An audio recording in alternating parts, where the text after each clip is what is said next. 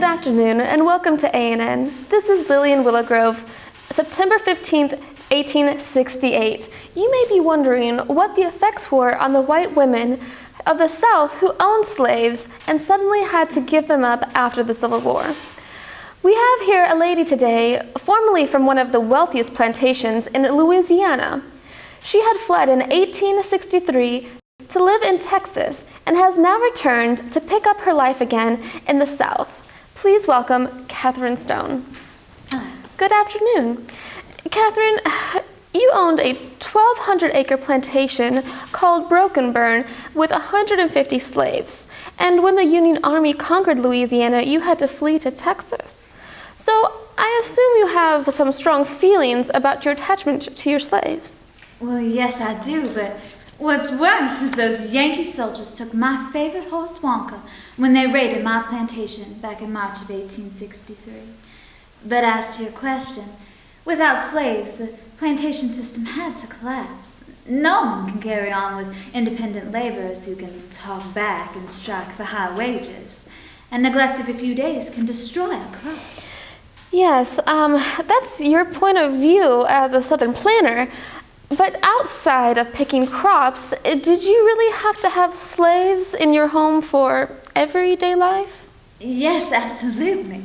You see, Miss Lillian, those of us in the planter class, the ones who own 20 slaves or more, we always had things going on at the plantation.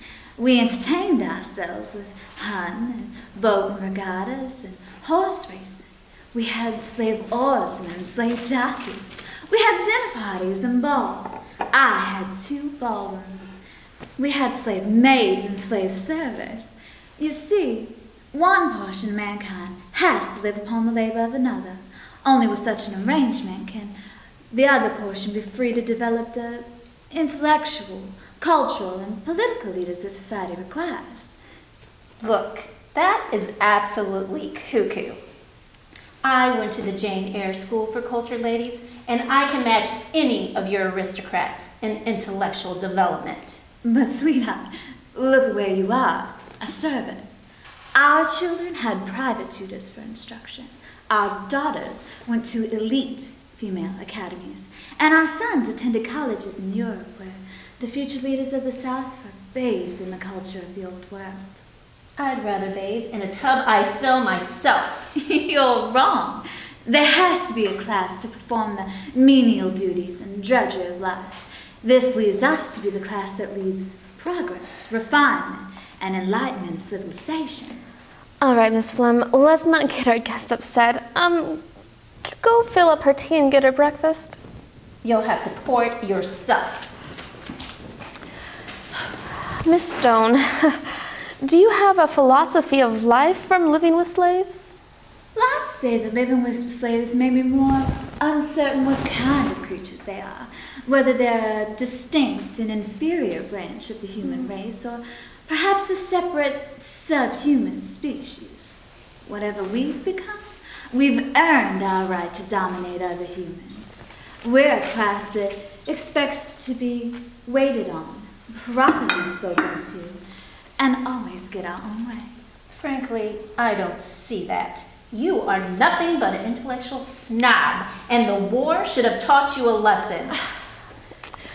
Miss Flem, please. I have one question to ask before I go. How does it feel to lose everything? Conquered. Subjugated. Our Confederacy was trampled on, a nation no longer. We will be slaves of the Yankee government. Submission, confiscation, and now Negro equality? Oh, Lord. Miss Stone, you do realize that we are one nation again, not two. Have you examined that? Well, yes, but from a life of privilege to a life of deprivation, I have had to engage in productive work which I never imagined before. Since 1865, it's been a real struggle just for necessities. But isn't there an upside to having a little bit more responsibility? Well, as I said at the end of my diary, I realized I was not supremely happy, even with the comforts provided to me by the slaves. I was always unsatisfied and discontented, and The slaves had real faults. When we returned to Brokenburn, the house had been plundered. The gardens and orchards were swept away. But the big oak trees are still there, and some grass. I'll try to find the silver lining in the clouds. And the slaves, what about them? Well, I agree with a slave owner friend of mine. We'd have been better off without them. I wish I'd never seen one, and there was not a Negro left in this country. Although learning to do our own work will be real hard, I just had a thought.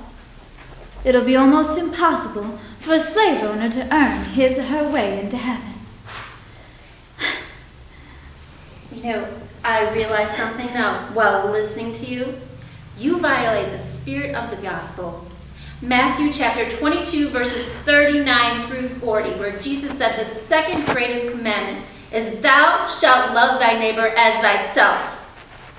Honey, stop your mumble-jumble from the Bible and serve breakfast, you prissy fool. Well, I'm not always prissy, Missy. You nitwit, I wanted my eggs over easy. Oh, you do you? As for your sin against insolent and arrogance against Jesus and Christianity. You should be taken out, whipped on your backside for being rude, disrespectful, and uncouth. Well, you can't, because I'm free and always will be, and you will have to make your own breakfast. This is unbelievable. This is Lillian Willowgrove for A&N saying we'll have to get breakfast for ourselves as we have an equal share in shaping society and our new great country. And good afternoon.